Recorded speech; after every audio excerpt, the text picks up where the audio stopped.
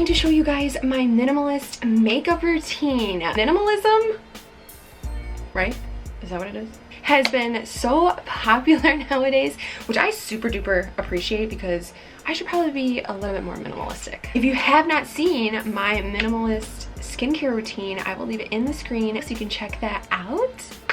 Let's sip on some coffee and let's do our makeup. I'm so sick of looking so tired. Oh. The first thing I'm gonna go into, because we obviously want our makeup to last all day, this is the Milk Hydra Grip Primer. This is just the little travel size.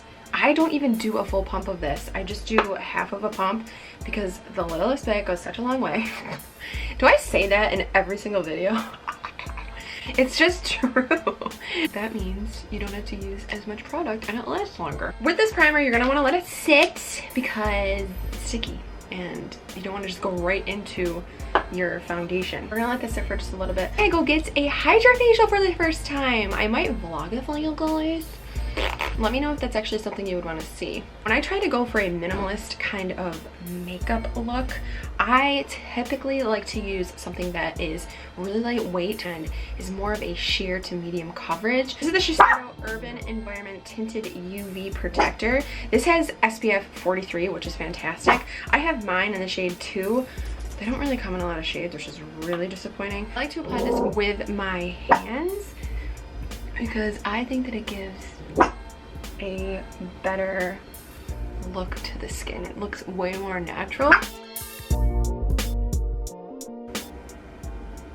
My friend Anna actually introduced me to that and I've been loving it. So thanks, girl. I love the Glossier Stretch Concealers.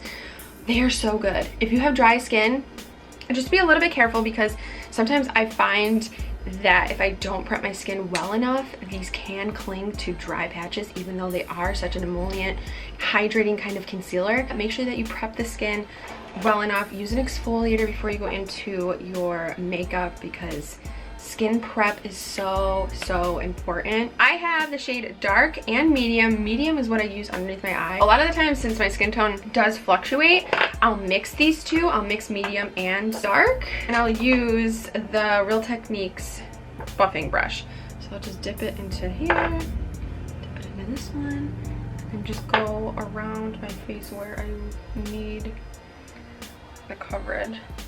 My nose gets red in comparison to the rest of my face, so I like to cover that up just a little, and then any blemishes, and I always just take it down my neck so everything blends together. So as you can see, my face pretty much still looks the same. It's just that I covered up any blemishes that I might have and just a little bit of redness. Lately I have not been enjoying putting any kind of product around this area because it clings to that area. No matter what I use, product just clings there.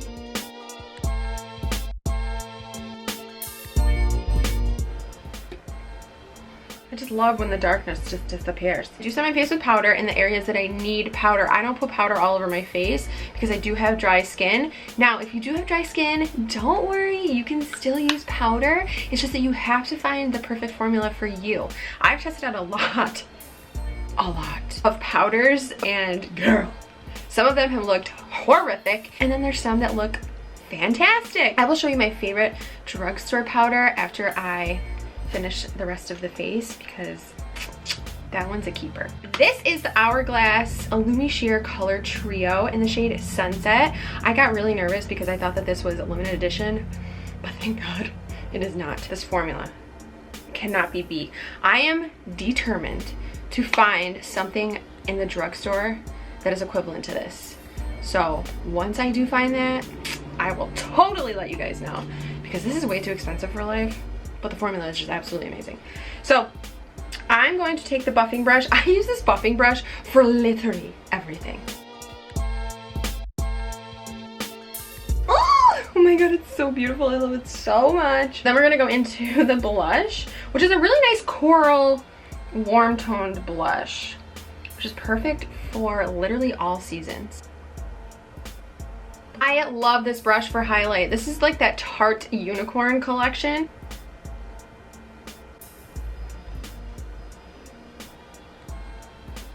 If you get any creasing, please do not put your powder on top of your creasage because then it'll just look creased all day. You want to tap this shiznit out and then go in with your powder. My all-time favorite powder, which I think looks beautiful on dry skin. This is the Fit Me powder from Maybelline. Mine is in the shade 25. They have a really decent shade range, which is amazing. So I totally recommend this if you have oily skin, dry skin, combo skin. Ooh, this is fantastic. I put some in the cap. It blurs out the skin ever so slightly, but it gives such a beautiful finish. It's more of like a satin finish, I think. So it's not necessarily matte, which I appreciate. I'm gonna place this underneath my eye. I'm gonna go down around my nose and then on my smile lines and just a little into the chin. So that's usually where I just place powder. I don't really need any on my forehead. This is just the Real Techniques setting brush, which is one of my favorite brushes from Real Techniques. This base, can you not? Oh, it's so beautiful. What I like to use for my brows is the NYX Precision Brow Pencil. This is in the shade Ash Brown. It has more of like a square tips to it, which I like. And then I go in with the Glossy Boy Brow afterwards. This is a holy grail. It has little microfibers in it and it makes your brows just look so fluffy and natural.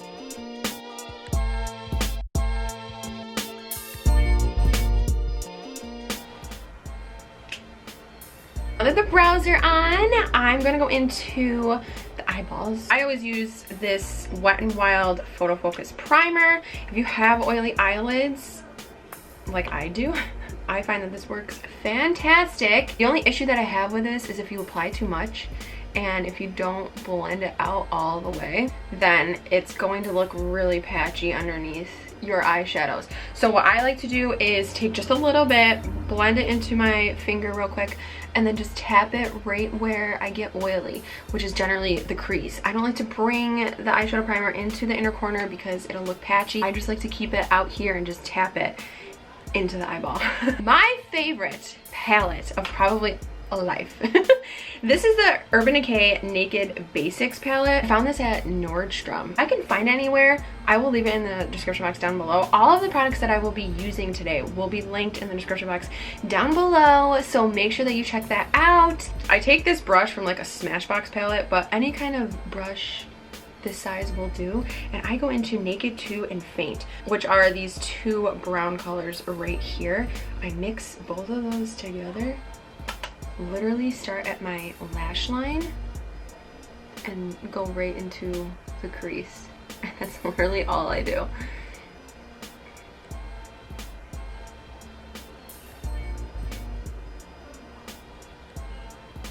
It gives such a nice color to the eyes without doing anything.